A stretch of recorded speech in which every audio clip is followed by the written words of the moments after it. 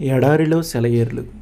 October 25. ఇది వరకు మీరేమియూ నా పేరట అడుగలేదు. మీ సంతోషము పరిపూర్ణమగునట్లు అడుగుడి, మీకు దొరుకును. యోహాను 16:24. అమెరికా సివిల్ వార్లో ఒక బ్యాంకు అధికారికి ఏకైక కుమారుడైన ఒకతను యూనియన్ సైన్యంలో చేరాడు. తండ్రి అతన్ని చేరడానికి అనుమతిచ్చినప్పటికీ ఆ నిర్ణయం తీసుకోవటం అతనికి చాలా బాధాకరమైనది.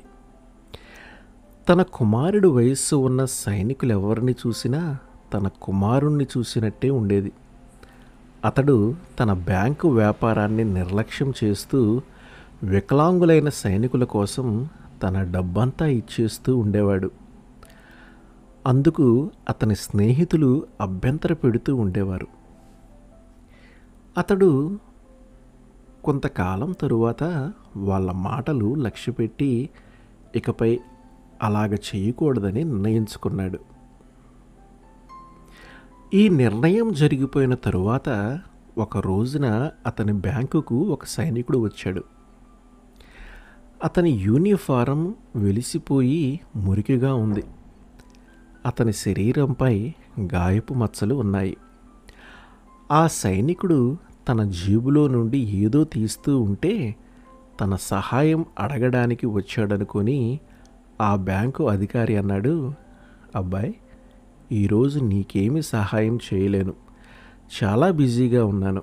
మీ ఆఫీసర్ల దగ్గరికి వెళ్ళు, వాళ్ళు నీ సంగతి చూస్తారు.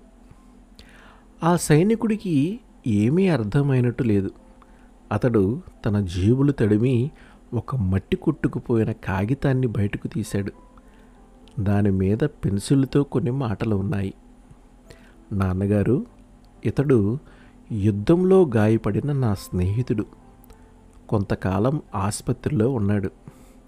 ఇతన్ని నాలాగే చూసుకోండి. ఇట్లు మీ కుమారుడు చార్లీ. బ్యాంకు అధికారి చేసుకున్న నిర్ణయాలన్నీ ఒక్క క్షణంలో మాయమయ్యాయి. ఆ సైనికుడిని తన భవనానికి తీసుకువెళ్ళాడు. చార్లీ ఉండే గదిలో అతన్ని ఉంచాడు. భోజనం బల్ల దగ్గర చార్లీ కూర్చునే కుర్చీలో కూర్చోబెట్టాడు.